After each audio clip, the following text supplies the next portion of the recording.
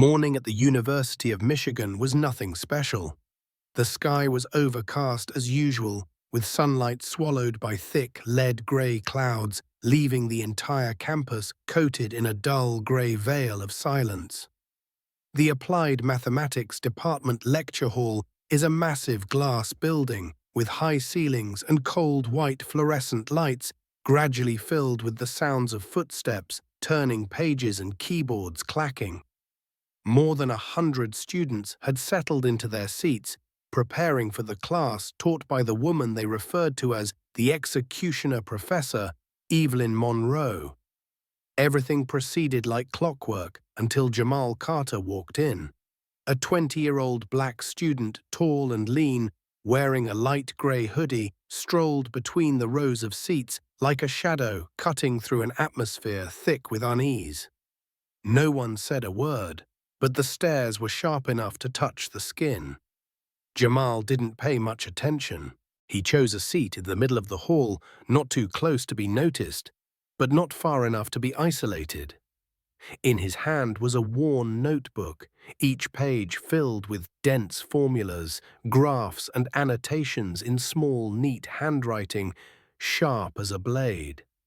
He didn't need to impress anyone. He only needed one thing: silence, so the numbers in his head could speak.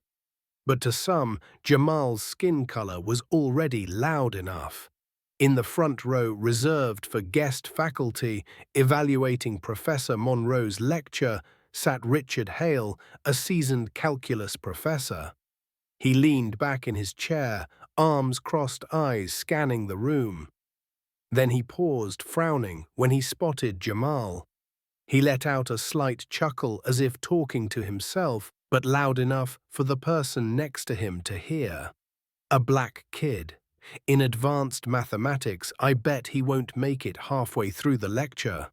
The professor beside him, another older man with graying hair, raised an eyebrow, then nodded in agreement as if he had just heard an undeniable truth. This field isn't for them. No one needed to chime in. A few chuckles rippled through the row unapologetically because they weren't discussing math. They were talking about Jamal. He heard it. Though he didn't turn around, he didn't react. He rested his hand lightly on the desk and twirled his pen between his fingers, not to calm himself, but to stay composed. He was used to this, used to the judging eyes, used to the snide remarks masked as laughter, used to walking into every room with a mask of calm, while underneath surged a silent storm called resolve. They thought he would fail. They were sure that he would be exposed, flustered, humiliated today as just another admissions mistake.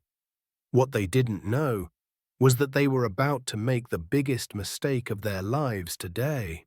Because in just a few minutes, Jamal Carter, the quiet 20-year-old black student sitting in the middle of the room, would shatter the entire belief system they had built around their prejudice. In complete silence. The sound in the lecture hall gradually faded, as if the entire space was holding its breath. And then click, click, click. The sharp, steady clicks of high heels echoed against the marble floor, cold, precise, and deliberate. There were no announcements, no prelude. Just that sound alone was enough to freeze the entire lecture hall. Every head lowered, every gaze turned away like a pre-programmed reflex. Professor Evelyn Monroe had arrived. She walked in with her back straight like a blade, each step neither hurried nor gentle. Her dark brown hair was neatly pinned at the nape of her neck. Silver-rimmed glasses reflected the stark white lights of the lecture hall. Her outfit, a dark grey blazer and a crisp white high-collared shirt, perfectly pressed, not a single crease out of place. Monroe didn't need to speak to command attention. She entered like a prohibition. No one dared speak. No one dared tap a key. It felt as if even a sneeze might get someone expelled. Senior professors sat upright like guards on duty in the row reserved for guest lecturers. Each waited eagerly to watch Monroe perform her distinct pedagogical style, which they so admired, an approach they described in scholarly terms, eliminating the unfit from the stream of scientific reasoning. Monroe stopped at the lectern.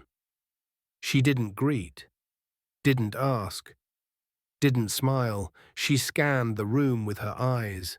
But this wasn't a roster check. This was a predator choosing its prey. A few students buried their heads in their notebooks, avoiding her gaze like guilty thieves. And then her eyes stopped on Jamal Carter. Not long, just a few seconds, but enough to make time shrink. Jamal felt it. That look wasn't just an observation. It carried a question unspoken, but loud enough for everyone to hear. Do you think you deserve to sit here? And then, as if the answer were obvious, Monroe looked away with a flick of her eyes, like brushing off dust that wasn't worth noticing. No one saw it clearly than Jamal, and he did not forget. Monroe turned, picked up a piece of chalk, and began to write. Her movements were sharp, quick, and coldly precise. Mathematical symbols appeared line by line, like barriers erected to filter out those unworthy. Last week, we studied multivariable limits. Today, we'll explore the Laplace transform. She spoke without looking at the students. Her hand kept moving. Her voice was steady, with no room for doubt or kindness. The formulas began stacking, fast, complex, dizzying. Students dove into their notes, fingers tapped furiously, glasses slid down noses. Some were already overwhelmed just minutes into the lecture. No one dared ask a question. No one dared even breathe too loudly. In Evelyn Monroe's class, getting lost was always the students' fault, never the teacher's. In the front row, some guest professors nodded in admiration. One smiled in satisfaction, as if watching a righteous punishment. To them, Monroe wasn't just a teacher. She was the gatekeeper keeping mathematics pure from those who didn't meet the bar. Jamal sat still. He didn't take notes, not because he couldn't keep up, but because he was observing. His eyes scanned the board like an artist looking at a familiar composition. But then he frowned. A small detail.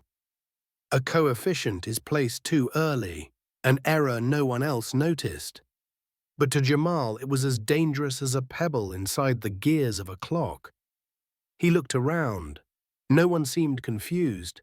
Everyone was copying like machines without truly understanding what they were transcribing. At the lectern, Monroe kept writing with the air of someone who had never been questioned. But this time, she was wrong. Jamal knew it, and he also knew if he spoke up, he wouldn't just be correcting a mathematical mistake. He would be confronting a machine of power fueled by a system steeped in prejudice. He could remain silent, pretend he hadn't seen.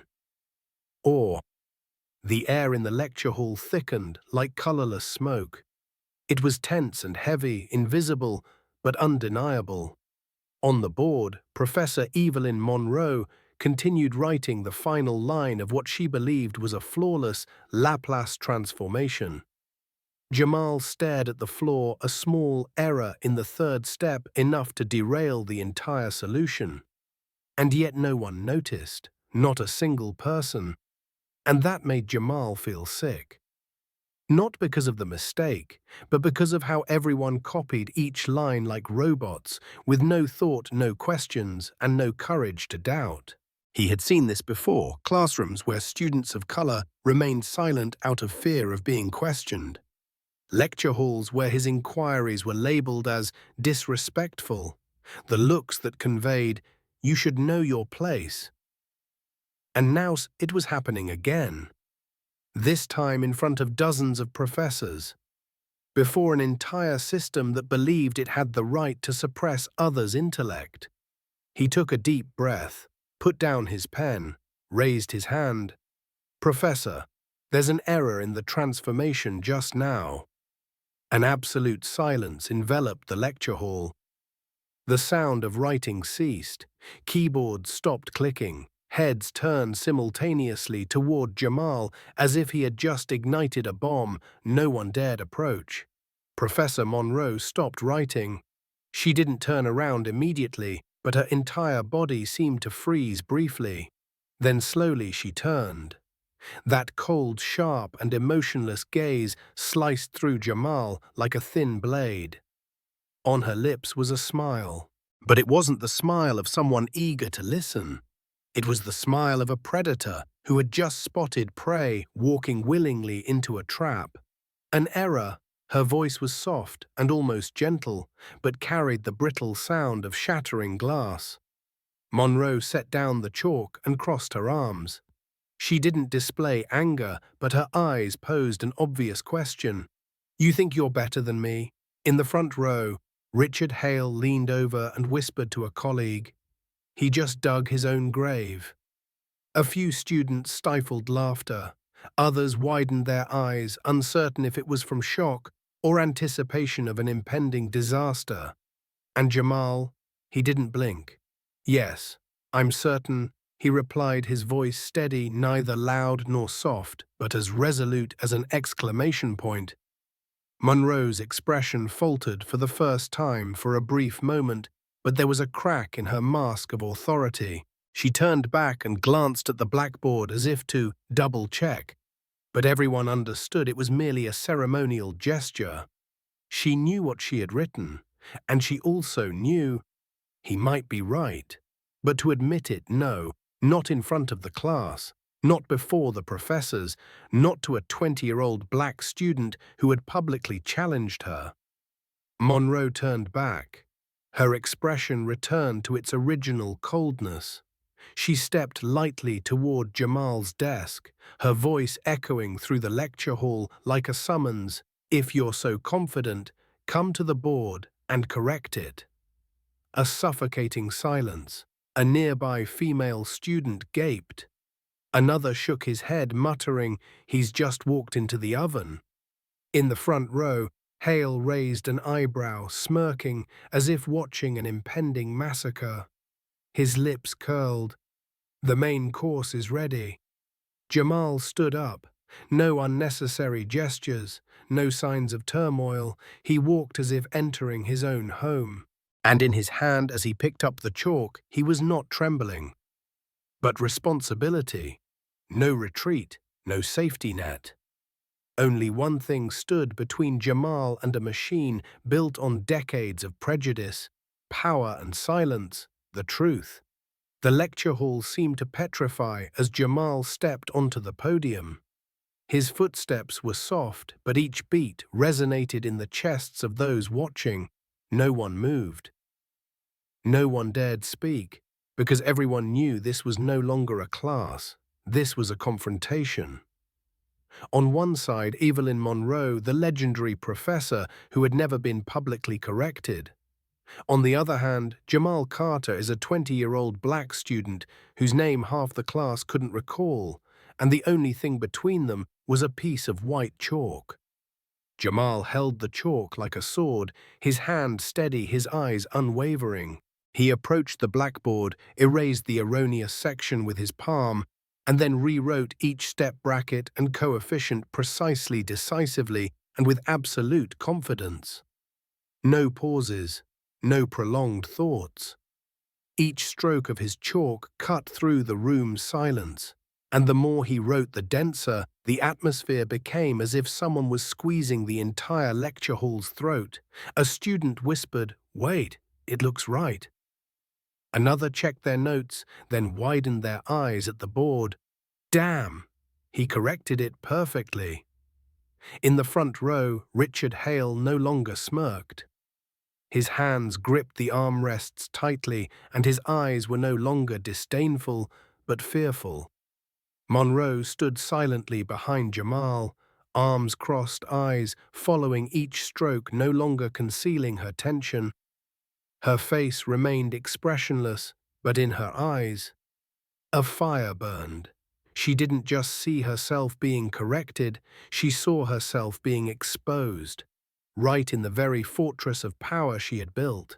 When Jamal finished the final step, he placed the chalk back on the tray, said nothing, and didn't turn around, because there was no need for words when the truth was glaringly evident on the board.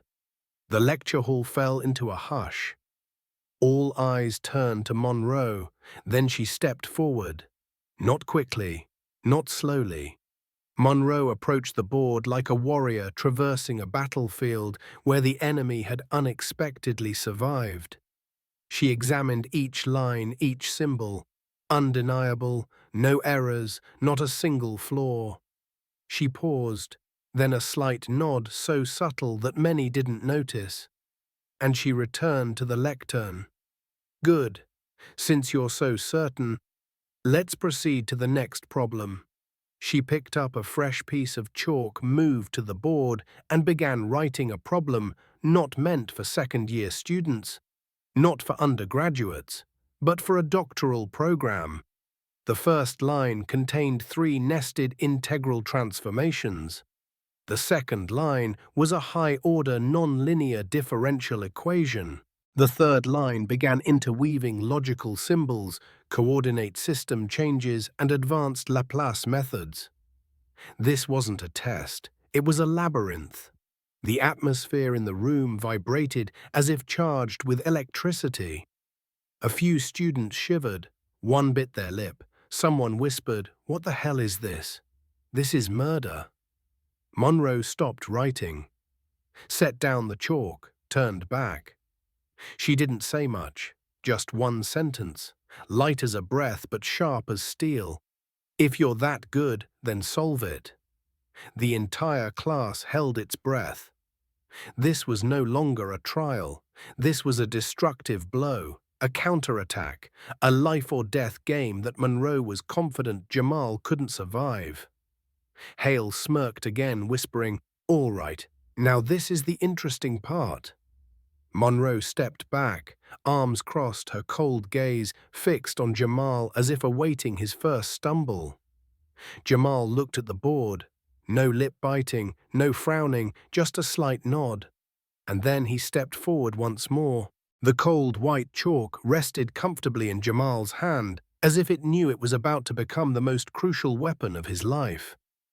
The lecture hall was silent. Jamal stood alone, facing the blackboard covered in interwoven symbols like a maze. What lay before him wasn't just a problem. It was a challenge from a system that believed he shouldn't exist there. Behind him, eyes watched, waiting for him to falter, waiting for him to stumble, waiting for him to erase a line due to a mistake, waiting for him to prove their belief, "You don't belong here." But Jamal didn't live by others' beliefs. He lived by the truth. And the truth doesn't recognize race. Jamal began to write, not quickly, not slowly. Each line of the formula appeared unadorned, unpretentious, but clear and coherent, like the voice of someone who had lived with mathematics as a native language. A few students leaned closer to their laptop screens, and some retrieved the notebooks they had set aside. Jamal's handwriting wasn't just precise, it was terrifyingly beautiful. He wasn't just solving the problem. He was restructuring the entire way of thinking. A student whispered, "The way he's writing, it's not mimicry. It's as if he created this problem himself." In the front row, Monroe remained with arms crossed, but this time her gaze was no longer steady. She was calculating, measuring, weighing. Because the more she watched, the more undeniable it became. Jamal was correct. Hale leaned forward, trying to scan each step quickly, hoping to find a minor error. Just one mistake would be enough to turn the tables, but there was none. No extra brackets, no incorrect transformations, no missteps. He wasn't just passing, he was mastering the game.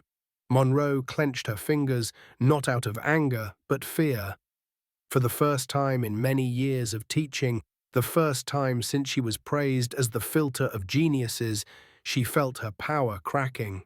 Not because a student got the answer right, but that student forced the entire class and the whole row of professors to remain silent.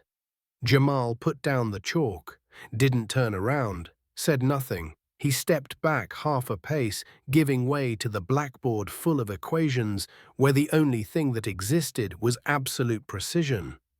A visiting lecturer leaned forward, scrutinizing each step, then gave a slight nod.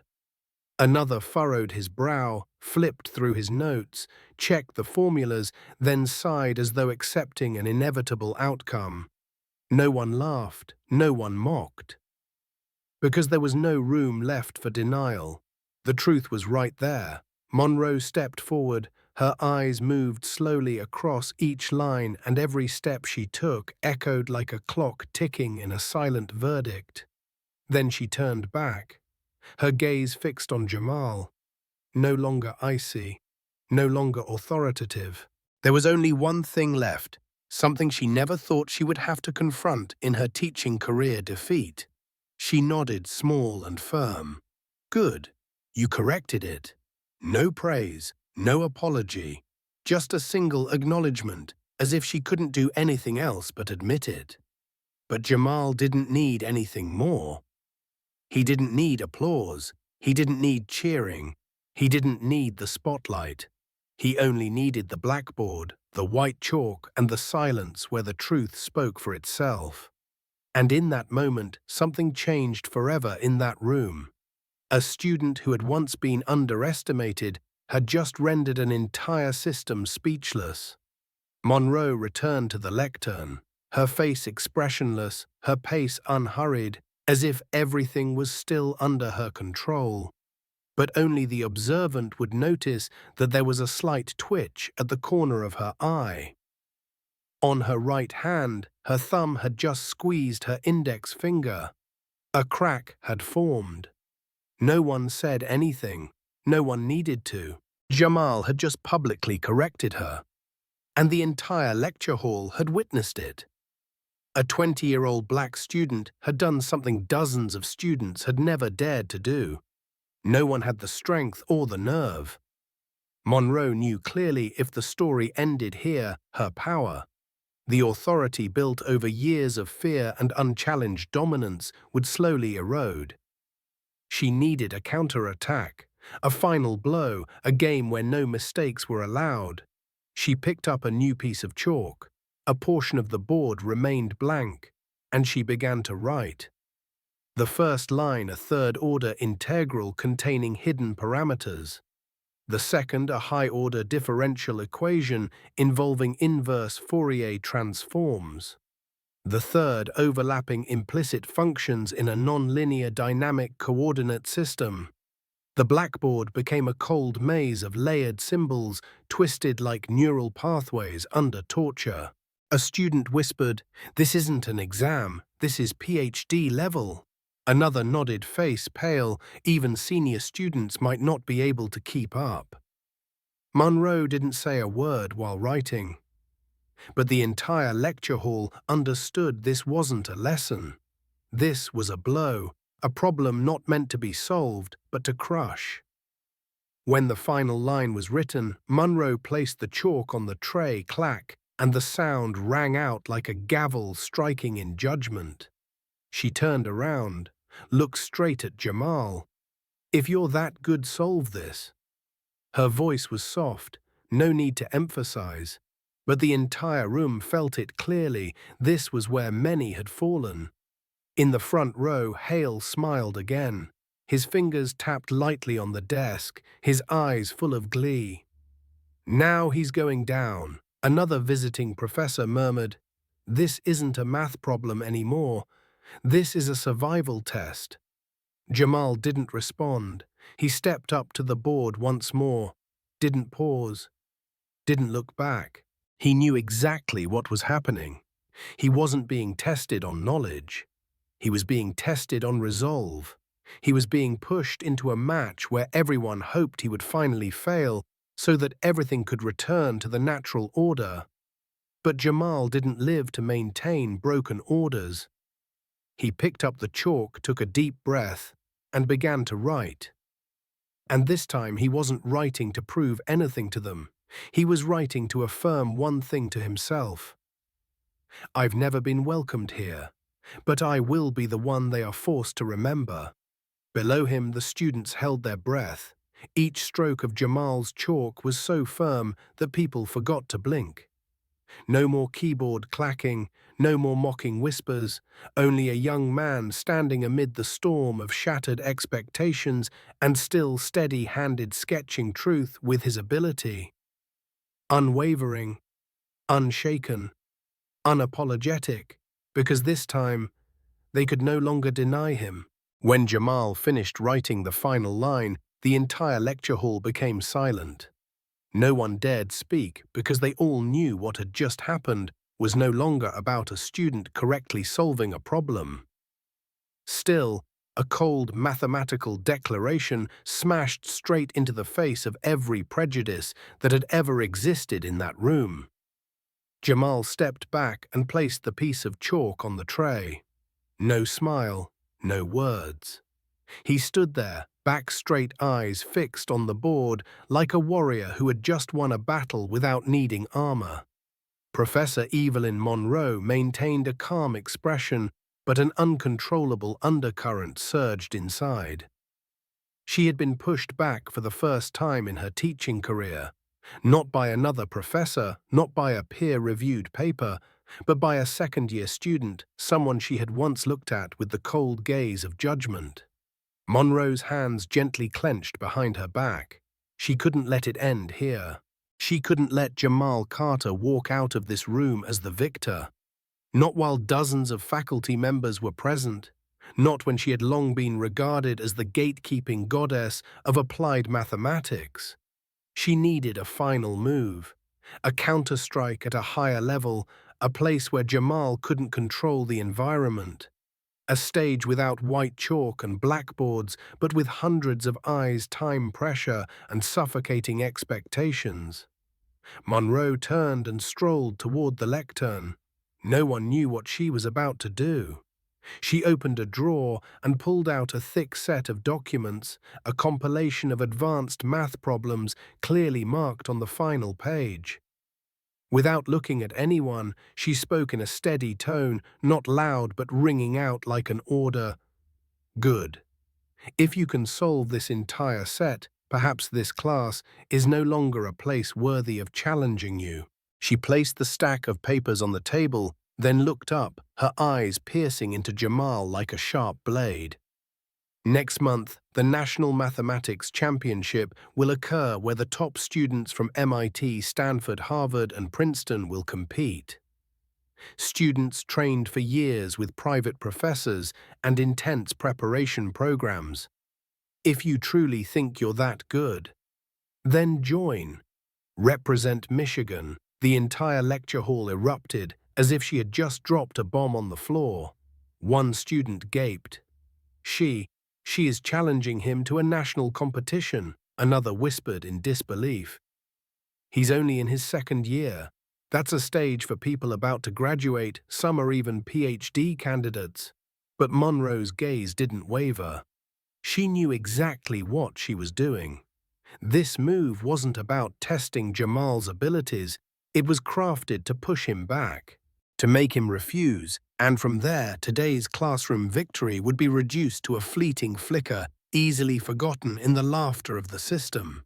She wanted Jamal to be placed in a position where winning was impossible, and when he failed in public, all the admiration he earned today would turn into pity. That was the revenge she considered worthy.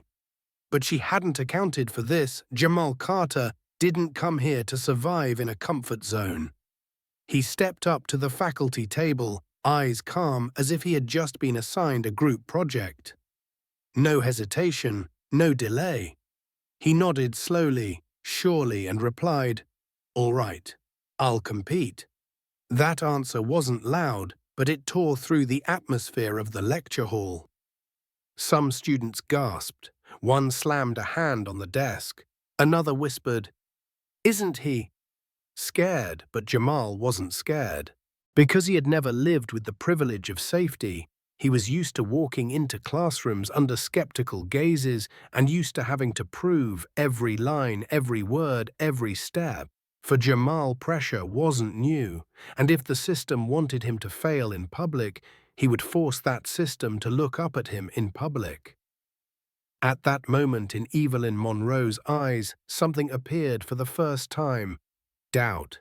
No more certainty, no more absolute authority, because her final strike didn't bring him down. It only brought him closer to the light. News of Jamal Carter's acceptance to represent the University of Michigan in the National Mathematics Championship spread like wildfire in the middle of a dry summer.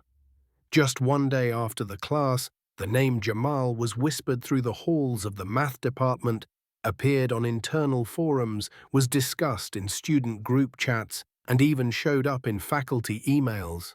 A black sophomore with no personal mentor, not from any prestigious program, daring to step into a playing field where even MIT and Stanford prodigies prepare for years before daring to compete. People weren't talking because they admired him.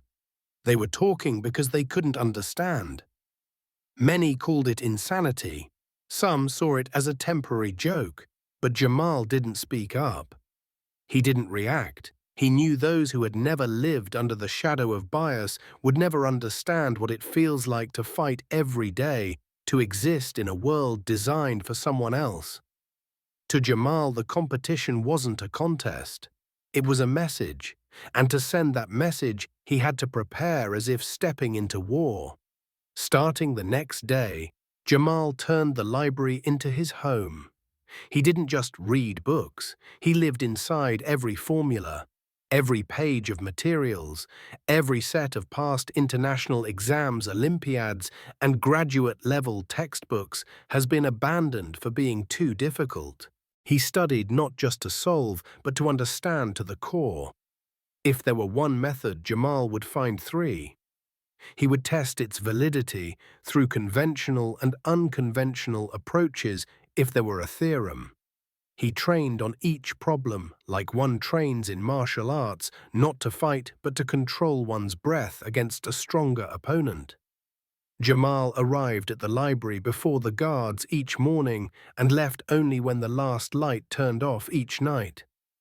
No coffee, no social media, no texts, just paper pen and a will forged like cold steel. Only one person stayed by his side: Tyrone Mitchell, his roommate. He was the only one who didn't leave when people began mocking Jamal after that class. Tyrone didn't understand advanced math, but he understood Jamal. He recognized that look of someone who didn't study for grades, but to prove that he had every right to stand there like anyone else. One night when Jamal collapsed over the desk, shoulders trembling from exhaustion, Tyrone handed him a glass of water. "Hey," he said, "what are you trying to become? A machine?" Jamal looked up, eyes bloodshot, voice hoarse. "No, I can't afford to be wrong. One mistake, and they'll use it to erase everything I've ever done." Tyrone said nothing. For the first time, he realized this wasn't just an exam. This was survival. Meanwhile, on the other side, Monroe was not idle. She sent Jamal a stack of exercises labeled internal materials, problems even more challenging than the actual exam. She claimed they were for extra practice, but everyone knew she wanted him to give up before reaching the starting line. She intended to turn the exam into a wall too high for him to climb. But Jamal was undeterred. He solved each problem with such speed and precision that even Monroe was unsettled. He wasn't just overcoming obstacles. He was dismantling the framework she had established for her students. During those days, Hale, who had once mocked Jamal, watched from afar. He anticipated Jamal would grow weary, give up, or self-destruct under pressure, but Jamal didn't weaken. He became sharper like steel forged in fire. The problems were no longer challenges, they had become his language of resistance. The exam day was approaching. Everyone awaited the impossible. An unknown student from an unremarkable background would collapse amidst lifelong trained geniuses. But Jamal wasn't running to win. He was running to prove that the most underestimated individual could ascend to the highest podium. University of Pennsylvania, Saturday morning. Building 4 had been repurposed into the main hall for the National Mathematics Finals. The atmosphere in the waiting area was thick, as if each breath carried pressure. Faces entering were silent eyes, sharp shoulders bearing perfectly arranged document bags, steps unwavering. This wasn't a place for enjoyment, it was where the final name would be etched into history. At the registration desk, names of universities appeared continuously: MIT, Stanford, Princeton, Harvard, Yale, Caltech.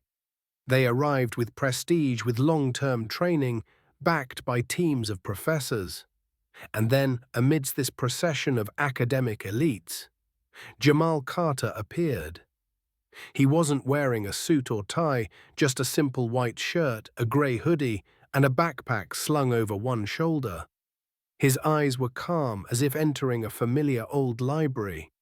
Yet with each step he took, a few glances shifted, then paused. Some were curious, some frowned, and a few nodded subtly, as if trying to recall, is this that sophomore from Michigan?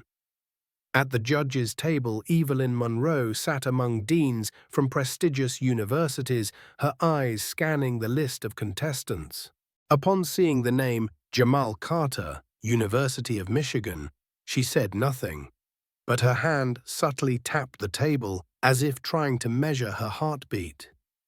She had brought him here thinking this would be where everything ended, where pressure would crush him as it had crushed many overconfident students. She hadn't anticipated his actual appearance.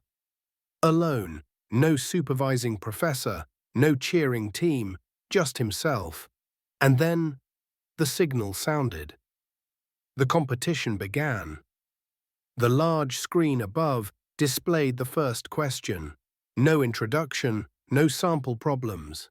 Just a complex equation with 3 nested integrals and a hidden transformation system in spatial coordinates, a problem where a single misread variable would lead to an infinite result. Contestants began writing. Pens gliding over paper echoed like wind whistling through a sharp, swift, and decisive crevice. Some paused midway to contemplate. Some frowned. A few Caltech students murmured among themselves. And at table 17, Jamal was still writing. No hesitation, no erasures. Numbers appeared to have seen the solution before the question even appeared. Transformations, simplifications, auxiliary formulas, all used with chilling precision and coherence. At the judges' table, a professor from Stanford leaned over to ask Monroe, "Who is the student at table 17? She replied curtly, "Jamal Carter." He raised an eyebrow. "The name sounds familiar. Isn't he the one who corrected your problem?" Monroe didn't respond. Her eyes were now fixed on every move of the student she had once considered an outsider. The next round began. Each question increased in complexity, from nonlinear differential systems to inverse Fourier transforms at the doctoral level. Some contestants started to slow down. A few stopped writing. One quietly set down their pen. A student from Princeton sighed and looked up at the clock. But table 17 continued forward. There were no steps back. Until the final question, a problem deemed unsolvable within the time limit. A mixed differential equation combined with a triple-layered Laplace transform was designed not to find a solution, but to see who would falter first. Jamal looked at the problem sheet. His eyes didn't move for 2 seconds. And then he wrote 1 beat, 2 beats, 3 steps. He took a path no one else chose. He didn't follow the textbook. He didn't adhere to the standard structure. He broke the problem apart, divided it into small blocks, and tackled each using methods found in no teaching materials, only in the mind of someone who had lived 28 days, as if battling the entire world. Monroe saw it, and for the first time she was afraid. When Jamal put his pen down, the judges fell silent. A professor stepped forward to examine his test. He flipped through each page, comparing it with the original answer key. Then, turning back to the rest of the panel, he gave a subtle nod. No one spoke, but everyone understood. He wasn't just right. He had rewritten the solution framework of the entire system. It seemed the final problem had marked the end until the judging panel announced, "The tiebreaker round will commence immediately." The entire hall held its breath. Another question, another challenge. Why? Because only two contenders were still standing, and the judges needed an absolute result. Jamal Carter, Table 17. And at Table 4, Dr. Ethan Rowe, Ph.D. from MIT, is a Fulbright scholar, a three-time international math competition winner, and the brightest face in the event. Now no one made a sound, no more whispers. The hall felt like it had been pulled taut by a single invisible thread, ready to snap with the slightest touch. Two contenders. One problem. One result. The question appeared. No one made a sound. This wasn't mathematics anymore. It was a maze of logic, speed, spatial geometry, advanced transformations, and suffocating time pressure. There was no sample answer. The question was designed as a trap. Solvers would spiral into an inescapable loop of errors without proper understanding. Dr. Rowe buried his head in writing. His hand moved swiftly, clean lines emerging every step sharp. He had been trained to compete and was born into elite education, backed by a support team and uplifted by a system. He had everything a chosen genius should have. And across the room, Jamal remained still. No sound, no erasing, no flipping pages. He just stared at the problem like it was an old familiar book. And then he started to write. No one expected it from the very first step. Jamal took a completely different route. He didn't tackle the first element. He didn't follow the textbook method. He abstracted the structure of the problem into a mental system, a mind map visible only to those who had overcome their limits. At the judges' table, a Harvard professor leaned toward Monroe. "What is he doing? I've never seen this approach before."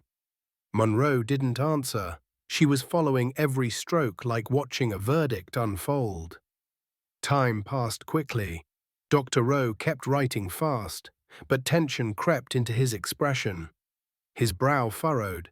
One line was crossed out. A calculation was repeated. A dead end appeared. Meanwhile, Jamal kept writing. Not fast, not rushed, but steady, precise.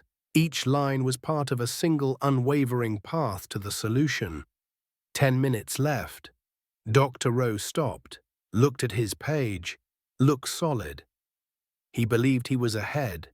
Then he glanced over, and for the first time his eyes landed on something he didn't expect to see there. A complete solution. Clean, shorter, more elegant, and entirely correct. The judge's voice echoed pens down. The entire hall held its breath. Both stood. The papers were collected. A professor from Princeton stepped forward, holding both solutions. Compared, verified, cross-checked the formulas, handed them to another judge. This time, no one was looking for errors. They were looking for who was more correct. And then he stood up, placed Jamal's paper at the center of the main desk, and said firmly, "We have a winner." Jamal didn't react, didn't smile, didn't lift his head. He stood straight as if he didn't need acknowledgement because the solution had already spoken for him. Dr. Rowe gave a slight nod, not out of defeat, but out of respect. And Monroe was stunned, and she had once believed Jamal would fail so that everything could return to its rightful order. But he didn't just win, he redefined what it meant to be a genius right before their eyes. Applause erupted, then spread, then exploded. But amidst the storm, Jamal did not smile. Because to him this victory wasn't glory, it was a truth that could no longer be buried. He needed no flowers, no titles, just a blackboard, a piece of chalk, and a chance to prove genius doesn't come from where you were born. It comes from how you choose not to fall. As the final round of applause faded, the hall remained silent. No one rushed to leave. No one wanted to speak. They sat still, as if trying to preserve the moment a nameless, titleless, unsupported student had forced everyone to re-examine themselves. At the judges' table, Monroe sat upright, hands on the desk, eyes fixed on the digital board where the words were displayed. Winner, Jamal Carter, University of Michigan. She didn't look away, didn't move, but her breaths came fast like someone who had just slipped into a place they thought they owned. She didn't lose because of a grade. She lost because a single solution erased every assumption she'd ever made about Jamal and who deserves to be called intelligent. In the adjacent seat, Richard Hale, the man who once scoffed when Jamal raised his hand during the first class, sat silently. His face had turned pale and his hands clenched tightly. An itch at his cuff made him want to scratch his skin raw, not out of anger at Jamal, but at himself for believing so firmly in a foolish classification. He thought graduating from MIT, holding academic titles, and possessing a transcript as thick as a brick granted him the right to sit in judgment. Now he had been bested by a sophomore, in front of the entire field. Jamal remained standing, seemingly indifferent to the applause. He did not smile, nor did he acknowledge the admiring glances. He looked over at Monroe, not with defiance or pride, just a calm, cold gaze, the look of someone who had been doubted, underestimated, treated as a system error, and now, without a word, was enough to make everyone bow their heads. Monroe stood up. She offered no congratulations, no handshake. She walked away in silence. But that very silence weighed heavier than any apology. Not because Jamal needed an apology, but because she understood, without anyone forcing her, that she had been wrong. And worse still, she had believed she could not be mistaken. In the hallway outside the auditorium, students began to gather around Jamal. Some wanted to take photos, a few asked for autographs, and some from prestigious universities nodded silently, no words but eyes full of respect. A student from Stanford approached and extended his hand. "I used to think no one from Michigan could touch this prize. You just taught me I was thinking like an idiot." Jamal shook his hand, said nothing, then quietly walked away. No waving, no slowing down to receive praise. Because to him this wasn't a place to stay. It was just a stop to clear away a silence that had been misunderstood as truth. A few hours later, headlines began appearing on academic news sites. Anonymous sophomore defeats entire prestigious education system. Jamal Carter, the name forcing MIT and Harvard to rewrite their training strategies. Talent has no color, the truth just proven with white chalk. That evening, in the old lecture hall at Michigan, Evelyn Monroe's class proceeded as usual, but for the first time students entered with a different expression. No longer wary, fearful, or unthinkingly obedient. They looked at each other, then up at the podium where Monroe stood, her face calm, but her eyes had lost the absolute light of someone holding total authority. She didn't say much. She just opened her book to an old page. Then, for the first time in her teaching career, she looked up at the class and said, "Before we begin today's lesson, I have something to say. Jamal Carter has proven that talent does not discriminate by skin color, origin, or starting point. And if any of you have ever doubted that, I suggest you reevaluate your definition of fairness." No one responded, but the class was silent, not out of fear, but because for the first time, the truth had a place. The next morning, at the University of Michigan, the sky remained as gray as ever. However, the atmosphere in the mathematics department lecture hall had changed, although no one spoke of it. Students sat neatly, but no longer glued to their laptops or taking notes like machines. They looked at each other. They looked toward the door, as if waiting for something. And then Jamal Carter walked in, still wearing the old grey hoodie, the worn backpack, the calm, unhurried gait. But this time, he was no longer the quiet black student sitting in the middle of the class. This time, he was the one who had just made the entire academic system reevaluate itself. Jamal didn't look at anyone. He walked to his usual seat, placed his backpack down, opened his notebook, and quietly prepared for class as he did every day. There was no laurel wreath, no stage of honor, no drums or fireworks. But the entire room knew they were sitting next to someone who had just won through intellect, determination, and an unassailable silence. A few minutes later, Evelyn Monroe entered. She said nothing immediately. No more echoing proud footsteps. No more piercing gaze like a whip.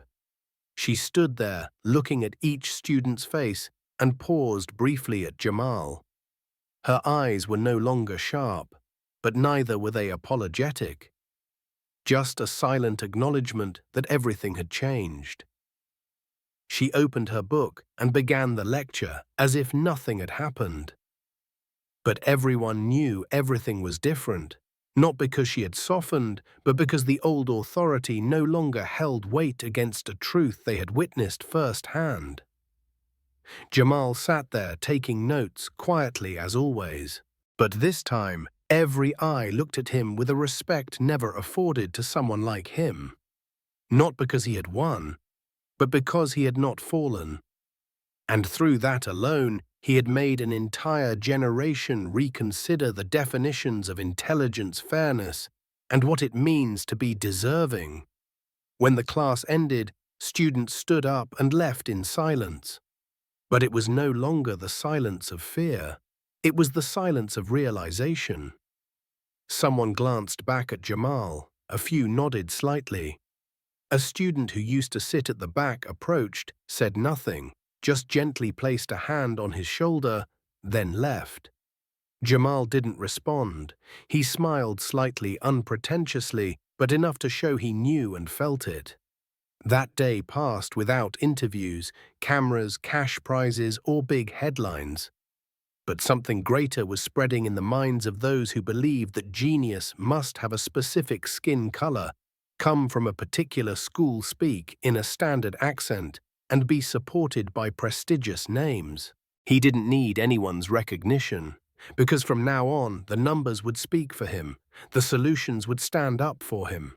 And those who had been silent would have to speak, not to applaud, but to ask themselves, how many Jamal Carters have we overlooked simply because we lacked the courage to listen to them?